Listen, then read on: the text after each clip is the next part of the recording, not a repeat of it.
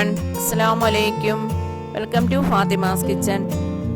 നമ്മൾ ഇന്ന് ഇവിടെ തയ്യാറാക്കാൻ പോകുന്നത് ഒരു ക്യാരറ്റ് ഡേറ്റ്സിന്റെ ടീ കേക്ക് ആണ്.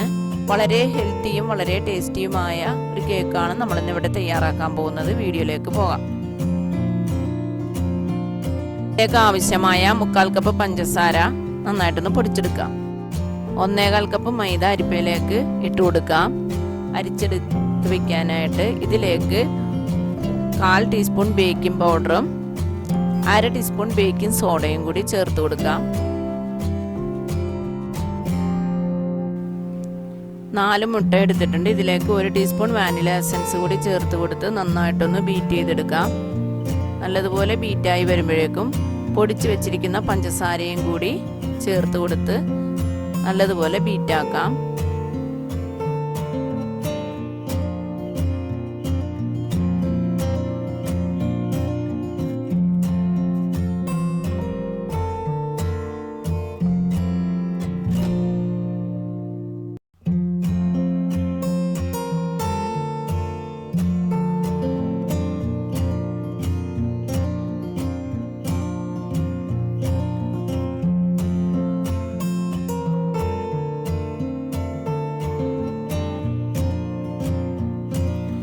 ഇതിലേക്ക് നമുക്ക് 1 കപ്പ് ഓയിൽ കൂടി ഒഴിച്ചു കൊടുത്ത് നല്ലതുപോലെ ഒന്ന് ബീറ്റാക്കി എടുക്കണം.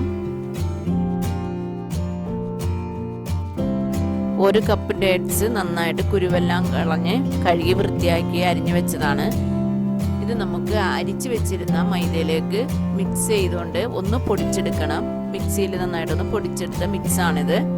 ഈ മിക്സിനെ നമുക്ക് അടിച്ചു വെച്ചിരിക്കുന്ന മുട്ട മിക്സിലേക്ക് കുറേശ്ശെയായിട്ട് ചേർത്ത് കൊടുക്കാം.